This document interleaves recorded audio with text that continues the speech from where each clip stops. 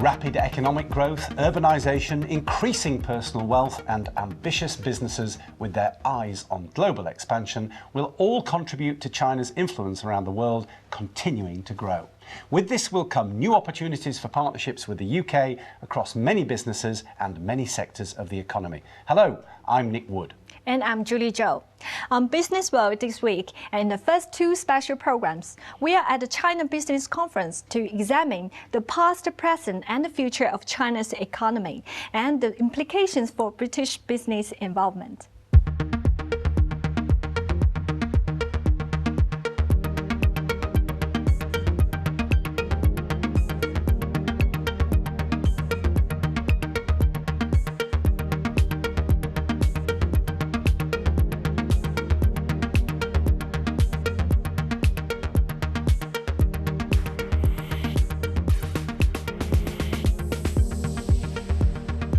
China has emerged as a global player in global markets in the last 5 years, and the growth is predicted to propel China to the centre of the world stage by 2015.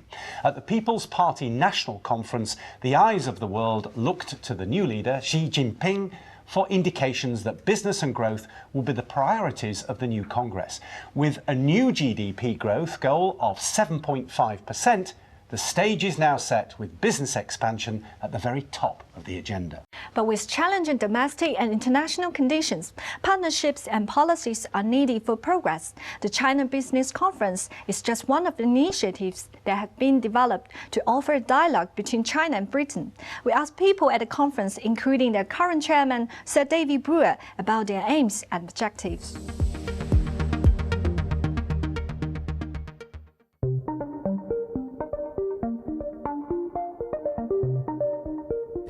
The China-Britain Business Council is the government organisation to which it outsources its responsibility for promoting trade with China, outwards, exports, inwards investment in both directions, and imports. And for that we are given a grant by United Kingdom Trade and Investment, and we get fees for work we do on behalf of British industry at the request of UK Trade and Investment in giving market intelligence services reports, which we do in China and here. So whether you're a multinational organisation or a small or medium-sized enterprise that's just starting out on the China journey, we're there to help those companies to see what the opportunity is in China, and if that opportunity is there, to then capitalise on that and make the most of it. No one can ignore China these days. The opportunities are vast, but it's a very complex, a very difficult market in which to break into. So working with organisations such as UK Trade and Investment and our partners, the China-Britain Business Council, will make that journey and entry into the market much more easier. Our activities are mostly based in China. We have about 130 staff in China and 30 in the UK. Here we cover 9 regions, including Scotland, Northern Ireland, Wales, as well as the English regions. And now in China, we've got our 13th representative offices, again supported by United Kingdom Trade and Investment. Our main objectives are really is to get as many companies as possible who have the potential to do business in and with China to realise that potential. And we drill down to the nitty-gritty really. So if a company wants to invest in China, then we can provide suggestions of where it might be most appropriate for them to do that. But it is a very difficult market, but we can make that entry easier. We can make you protect your IP, we can assist you to gain access, and we'll make sure that the journey that you undertake is an enjoyable one, but one that will actually grow your business.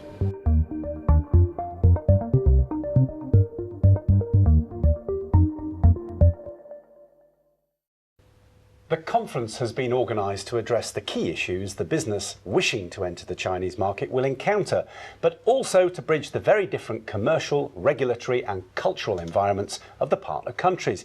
You can always tell when something is of key significance because the big boys start to come out to play.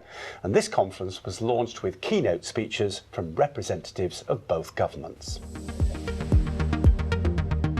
It gives me great pleasure to welcome you to the China Business Conference today.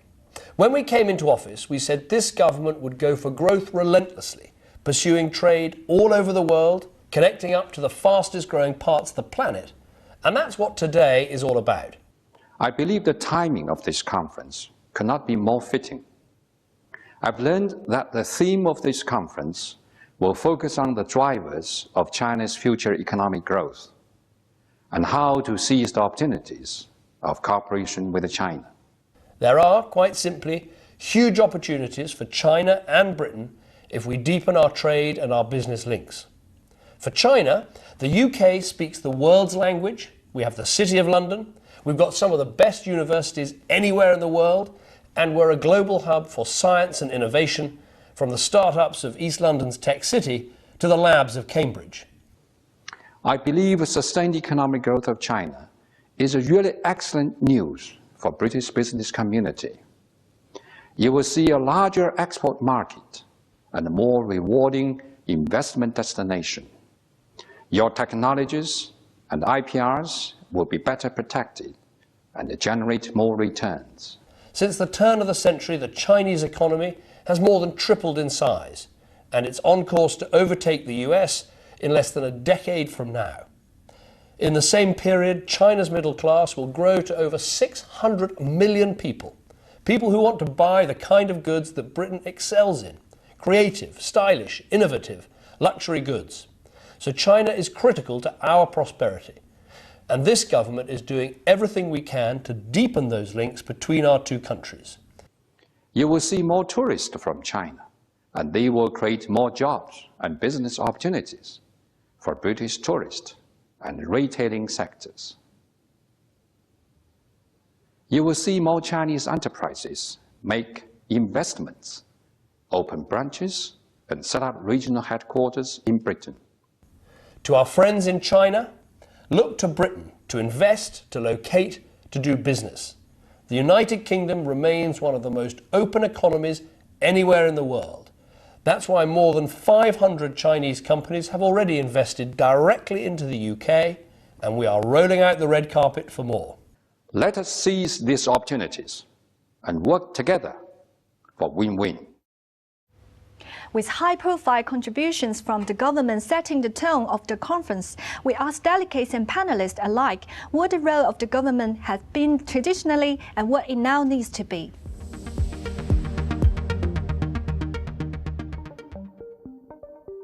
This is the Chinese way. You identify 10, 15, 20 years ahead of time where you're going to, and you start doing your research. Then about 5 to 7 years before you're going to unfold the main changes in policies, you start experimenting with different ways of testing things out. And then the Chinese party in particular with the government sums up their experience, and then they roll out the policies. Usually they get them right. Sometimes, like after the 17th Party Congress, they didn't get them right entirely, but usually they get them right. Well, China is a key market for UK trade investment, but also for the British government. The relationship is very strong, both in terms of the economic and trading relationship, because of our mutual interests over a number of years. Last year we celebrated 40 years of ambassadorial relations, and that has allowed us to strengthen the economic and trading relationship. We have some very ambitious targets. The Prime Minister visited China in 2010, and he set a target, agreed by his opposite number in China, Premier Wen Jiabao, to double trade between the UK and China to $100 billion by 2015. And I'm pleased to say that we're on course to achieving that target. I think the government relationship is hugely important, and I think because of our connections with government, we were previously part of the government. Before we were privatised, we worked in those circles, and the visit by the then Vice Premier, who is now the Premier, Li Keqiang, has really unlocked opportunities that has really accelerated the opportunities that we're now involved in China.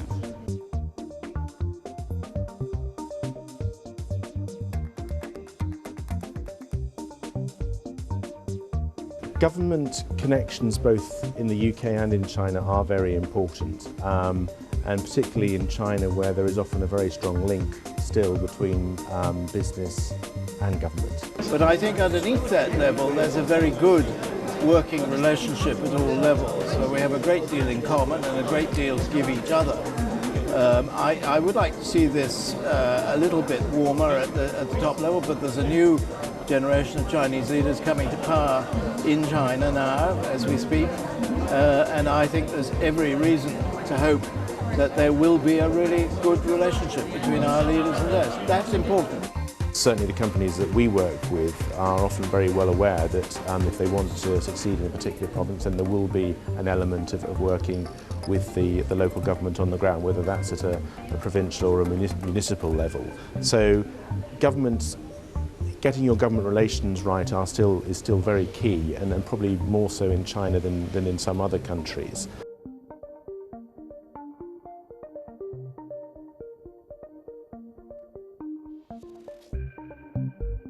What will we be learning from China in the next 10 years is the correct, well, not the correct, but we'll see a model of a state, the size of it, and what it does and doesn't do, and what it puts in the hands of companies and individuals, much more thought through than anything we have in the West. Because what we have in the West is the result of 50 years of adding bits on. China has a new leadership, and that will guarantee the political stability of China for the next 5 years or more. Secondly, we've got a new plan, a new target for the national economy. That will also actually put the economy in the right direction. The Chinese economy is expected to expand by around 8% in the next 5 years. And policies and measures are taken to ensure that pace of economic growth.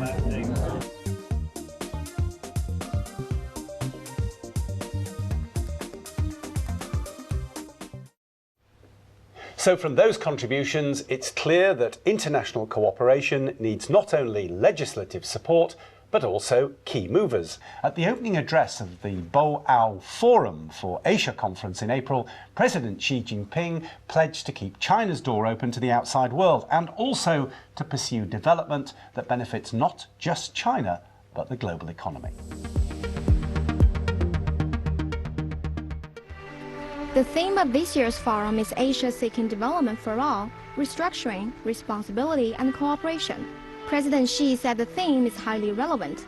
In the 12 years since its establishment, the Boao Forum for Asia has become an important platform with growing global influence. Xi said he hopes the government, business and academic leaders in attendance can better use this platform to contribute to the world. I hope you will engage in an in-depth discussion about promoting development in Asia and beyond, and thus contribute with your vision and commitment to peace, stability, and prosperity in Asia and the world at large. Xi Jinping also noted that Asia is one of the most dynamic and most promising regions in the world. Asia has contributed to over half of the global growth, instilling much-needed confidence in the world. However, he added, the region still faces many difficulties in boosting both its own development and its cooperation with other regions. Asia needs to transform and upgrade its development model in keeping with the trend of the times. Sustained development is still of paramount importance to Asia, because only development holds the key to solving the major problems and difficulties the region faces.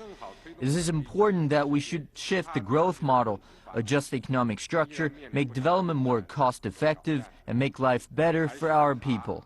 President Xi. This year's Boao Forum for Asia is the largest ever. More than 10 heads of state from Asia and other regions have been invited to the event, and over 1,400 others are attending the event, including over 1,200 business people. Meanwhile, the number of subsessions scheduled during the forum has increased by 25%. Topics at the sessions are more diverse, covering issues ranging from Asian cooperation and the debt crisis to public diplomacy and the power of honesty. Strong words indeed, especially if they translate into legislative commitment. And so opportunity would seem to be once again the name of the game. But blue chip or white collar? Well, we asked speakers and delegates what they currently understand to be the opportunities offered from China. Sir David Brewer, Chairman of CBBC, Stephen Perry, Chairman of the 48 Group Club, Bob Grace, President of Jaguar Land Rover China, and Victor Chang, CEO, Huawei UK, the largest single investor from China, share their insights on the new opportunities in a changing landscape. The opportunities in China are across all sectors, and whether that be for a healthcare company that's looking to capitalise on the increased emphasis that the Chinese government is putting on the provision of healthcare, or whether it's for a luxury goods company that has got a high-end handbag that they want to deliver to the Chinese marketplace. I mean, it is literally across the piece. The opportunities in a wide range of sectors where the UK has got real strengths in terms of capability. And that's everything from our creative industries to the energy sector to aerospace, automotive, right through to ICT. We're from the education sector, so clearly it's the largest vocational market, and we have very strong links and specialisms in that field. And also within that we are allied to the motor industry, and again since 2009 China's become the largest global market for vehicle sales and vehicle production, and therefore the need for skilled people to work in that sector has just expanded considerably over the past 4 years and will continue to expand. To create a factory in China, we need to find a joint venture partner, and that brings with it challenges, but it also brings with it opportunities. So we've now signed a joint venture with the Cherry organisation. We're now laying the foundations for our new factory that will come on stream in a couple of years. That gives us an opportunity to help them understand some of our business, how we build our brands, how we do our business, how we build quality premium products. But on the flip side of the coin, it gives us an opportunity to understand how they source components, how they manage their supply base, how they manage their expansion. Because if you look at their expansion, they weren't in existence 20 years ago. They're now selling millions of vehicles per year across the world. So there's a mutual benefit. We bring some strengths, they bring some strengths, and we try and find this marriage that allows each partner to share the collective expertise. So probably British brands should think about not selling quantity. First is the quality. So don't be too eager to get into China, move to the third tier or fourth tier city. So I think try to generate a loyalty and try to sell the sophistication and the heritage, the history will be a long-term and more sustainable strategy.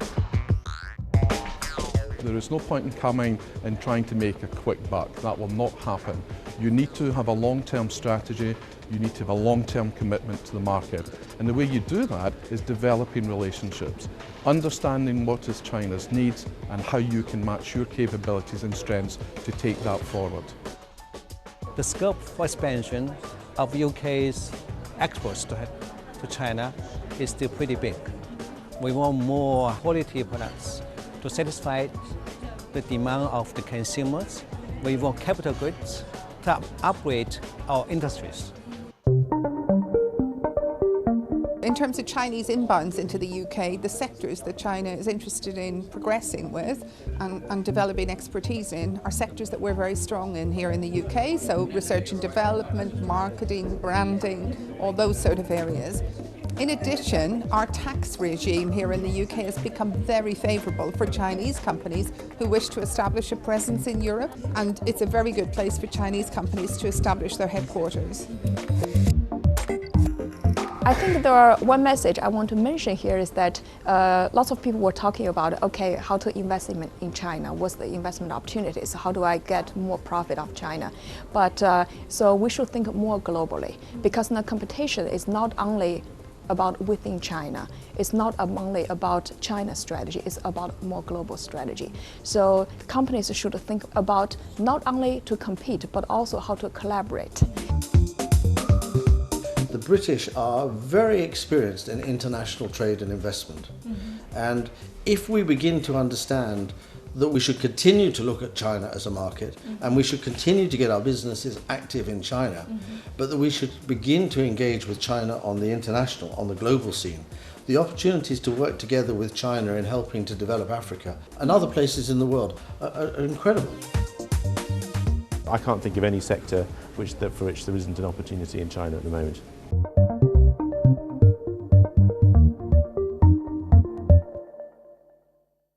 As usual, business, investment, imports and exports were the keywords that most people were interested to hear about. But before we examine the detail of the discussions of the day, let's take a brief look at the story of China's economic surge. I visited China 31 years ago. I was very young. I was working for BP. That market is very different to what it is today.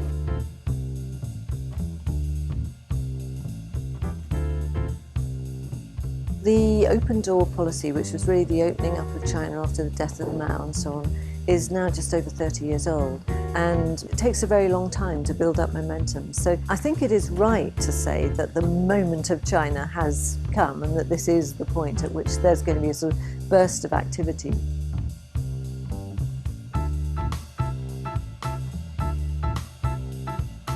No one can ignore China.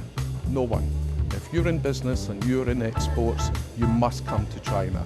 Every day, every week, every month, there is a new plan, a new development, a new growth strategy. So the opportunities for British companies are immense, but they've got to come to China. China is starting anew, so its pension schemes, its health schemes, its unemployment schemes, its development of companies, so many different things are starting from now. Among the emerging markets, China probably is one of the most popular destinations for export, for import and for investment. If you look at the figures, China is one of the most open economy in the whole world. Last year, actually, we saw a huge increase of Chinese investment into the UK. The total amount of investment that flow into the UK amounts to something like $7 billion US.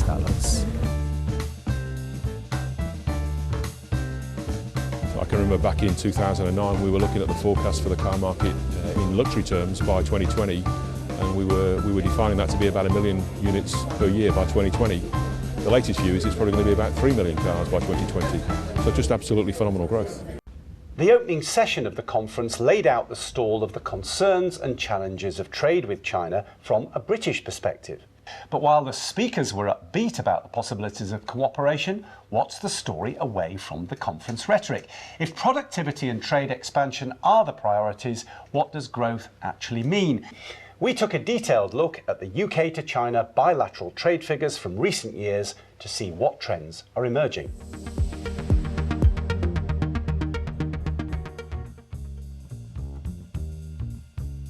China cannot be seen in terms of one country, as a continent.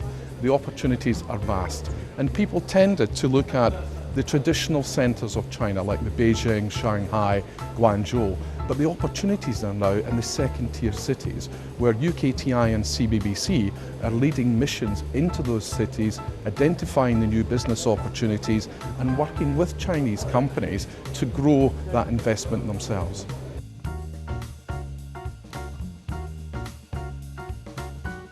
Urbanisation is moving extremely quickly and growth is moving quickly, and there are great challenges with that, but there are extraordinary opportunities for both nations to do some very good business together. So we are very excited about the opportunities of doing business in China.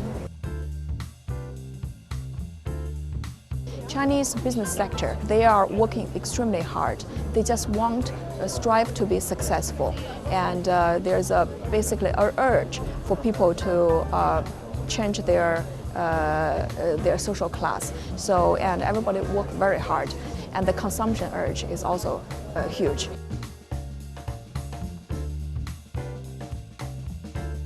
There is no point staying in the UK and doing some basic research. You must get to the market, understand how to do business, form those relationships, joint ventures, partnerships, technology, license agreements, whatever is the best interest for you.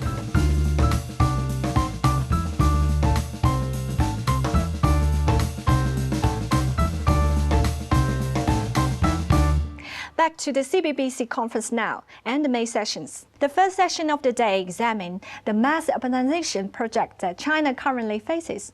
As bold leaders in livable cities and planning, UK expertise should be able to benefit from China's enormous social change. However, the challenges are not in the physical changes alone, and on the agenda were some much more difficult questions concerning the resultant shift in demographics, healthcare, employment and education that increased urbanisation will bring.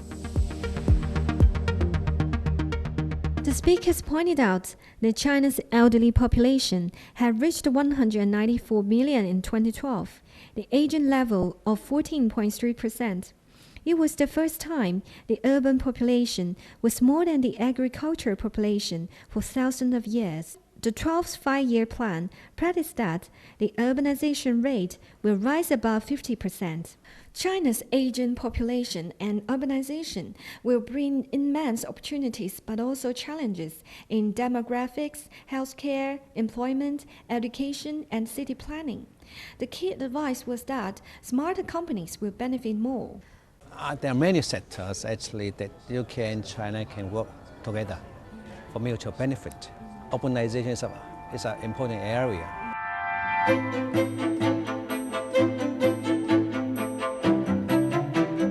I understand that the scale of urbanization in China in the next few years is unprecedented, and this will actually create a lot of demand for many things: schools, hospitals, roads.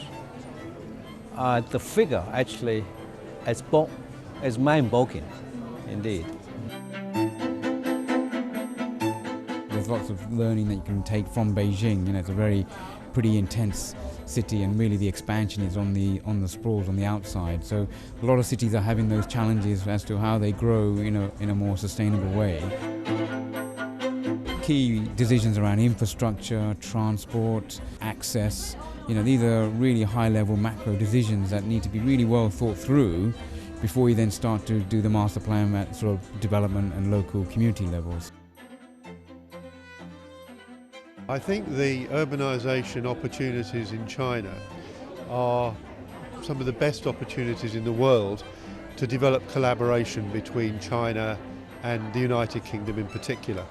Because we've learned so much from our history and we've made many mistakes, that means that we can actually work with our Chinese partners to make sure that those mistakes are not repeated, and that some of the lessons that will be learned in doing that work will be, I'm absolutely sure, will be fed back into Europe, into North America, and particularly into the UK. Urbanisation is a key policy of the new leadership, and this is very much focused on sort of counties and townships at the intersection of the countryside and city in China. And so what we see very clearly is very strong consumer spending power and also very sophisticated brand choices by consumers at county level. We know that this urbanisation is going to increase the level of middle-class people that have got a disposable income that can buy luxury products. More and more people will aspire to get onto the luxury car ladder, and clearly that's the space that Jaguar Land Rover wants to occupy. I think urbanisation is about driving internal consumption. Internal consumption is one of the key drivers for economic growth in China. Simple as that.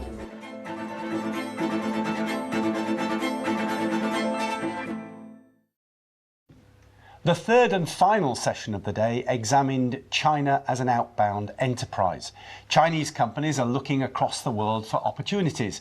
Not only can UK expertise attract investment to the UK, but also the UK service industry is uniquely positioned to support Chinese investment around the globe. But how do we find out what Chinese companies want and what support do they need to achieve it?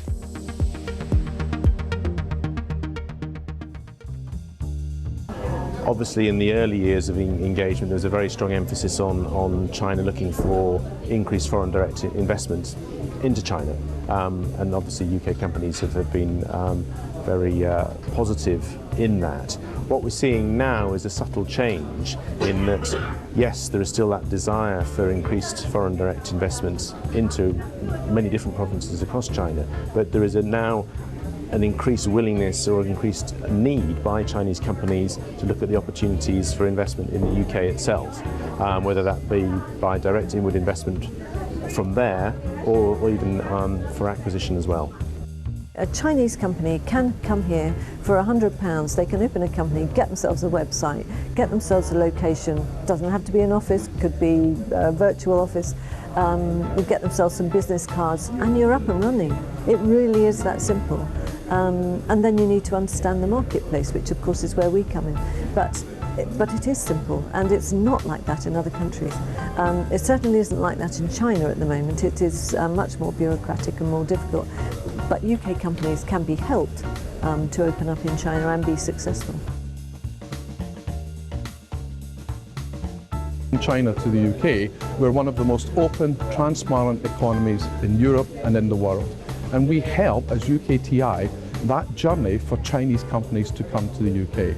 We will help them understand the environment, we'll help them understand the best location for their business, access to skilled workforce, the lowest corporation tax in Europe, lots of benefits that we can actually help Chinese companies, and then use that as a springboard into the wider European Union. So we did a survey a few months ago, which was looking at the amount that Chinese outbound tourists spent, and we found that they spend on average almost £3,000 per trip, of which 50% is on shopping, and also drilling down into the reasons behind this. And again, I think yes, price is important and availability of goods is important, but it sort of comes down to trust is a major issue, or rather, there's a fundamental lack of trust in goods purchased domestically, which is a major reason why people want to purchase abroad. A big chunk of their consumption will be for education, because they become rich and they want their next generation to be richer, even more successful. So that's why they're sending their kids to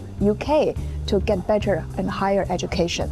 Important Chinese consumers are in their growth and their spending outside of China, in particular Europe. We're seeing that China is a destination to have holidays, to shop, to enjoy leisure time is becoming much more important. How important it is for Great Britain PLC to welcome Chinese consumers, to make it easier for them to gain entry to the country, and that has beneficial impact both to British businesses in the UK and British companies who also want to deal with Chinese consumers outside of China.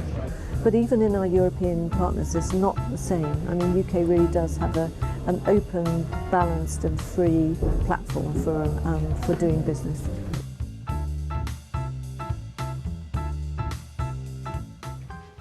However comprehensive these conferences aim to be, they can't cover everything that everybody wants to know. And they often reveal a completely different perspective or intelligence than intended. What emerged clearly from the CBBC conference is that there is no single or typical trade, investment or transactional experience when doing business with China or Chinese companies. We are some key questions of a cross-section of the attending companies and delegates to find out what their experiences of business with China were. The results are quite revealing. Yeah, people don't do their homework. That is the most serious mistake.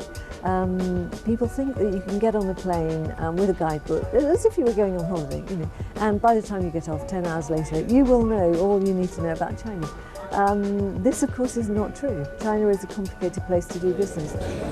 Jaguar Land Rover entered China in 2003 to import and distribute Jaguar Land Rover vehicles in the country. In 2009 we made a decision that our strategy for the medium to long term was to take control of distribution by creating our own wholly owned foreign enterprise. Today we've now appointed 162 retail points, of which 112 are open, and that's the growth that we've been able to drive for Jaguar Land Rover by basically moving out of just some of the bigger tier 1 cities, the bigger 2-tier cities. Now we're in a lot of tier 3 cities. Just get to know some Chinese people, get to understand a bit about the culture, maybe a bit about the history. Politics is important, and the business culture. I mean, those are the things that people can't just pick up on the plane.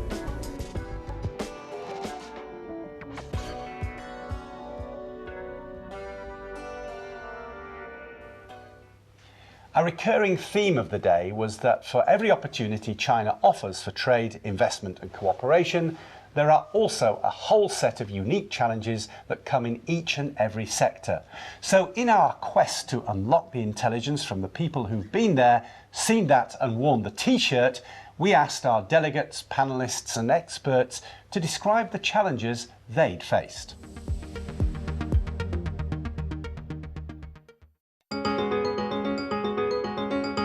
The challenges of doing business in China are many, and we don't hide that fact. It requires a significant amount of time and resource to be dedicated to the Chinese market. There are well-known issues or questions around the protection of intellectual property, for example, which is one of the questions that we get asked most often.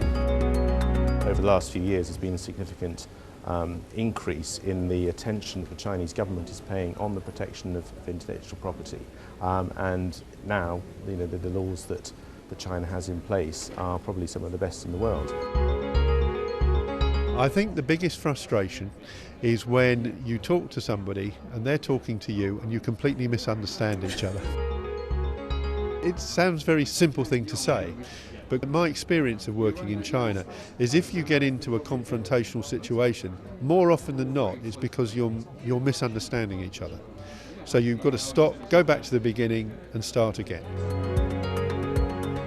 I guess one of the biggest challenges from a people perspective in China is to actually find people with the experience and with the level of knowledge of how to sell and service luxury customers who, quite frankly, are new to consuming those types of products. So, for us, it's actually relatively straightforward to build the infrastructure. The bigger challenge is on the people dimension. Equipping them with the skills and the knowledge and experience is a fundamental part of our process.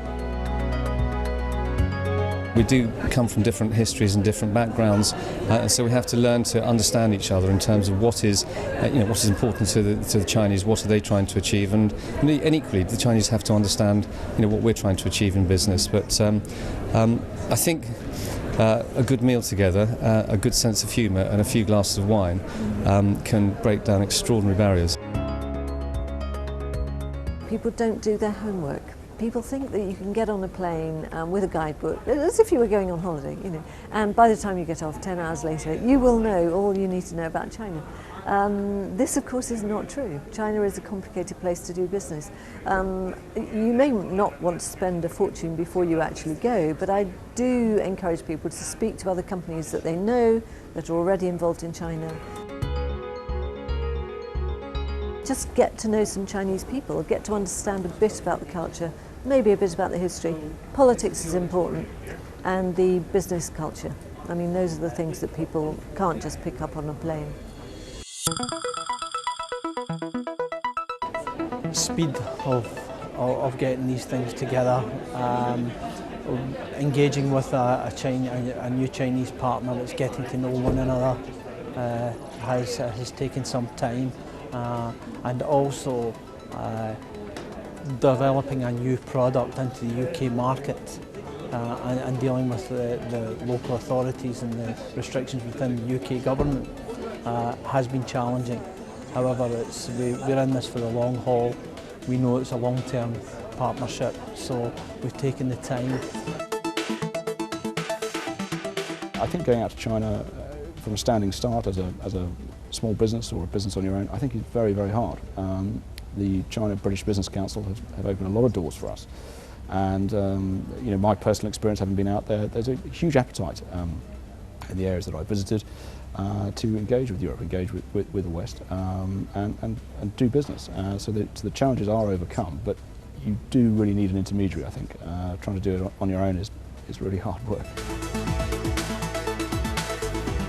Big British business leaders have got to spend a lot more time with Chinese business leaders and vice versa to find out the ways that they can innovate and compete happily with each other and work together. For our small and medium-sized companies, I think you've got to associate with people who know what they're doing. You've got to find other people who have been into China, small, medium-sized companies. You've got to network and find those people, and you've got to ask them what were the keys to success. If you look at how easy it is to set up in the UK, a Chinese company can come here for £100. They can open a company, get themselves a website, get themselves a location. Doesn't have to be an office, could be a virtual office. Get themselves some business cards, and you're up and running. It really is that simple, and it's not like that in China at the moment. It is much more bureaucratic and more difficult. But UK companies can be helped to open up in China and be successful. There will always be bureaucracy and form filling in China, but as I say, part of our role is to help navigate British companies through that.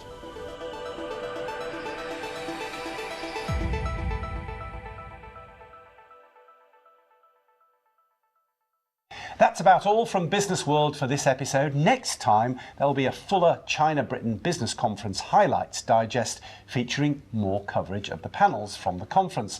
And if you'd like more detailed coverage, then please visit the Business World portal or the Propeller TV website. The address is on the screen right now. And join us every week on Monday nights at 7 for Business World on Propeller TV, Sky 189 and online. Thank you very much for joining us. Goodbye.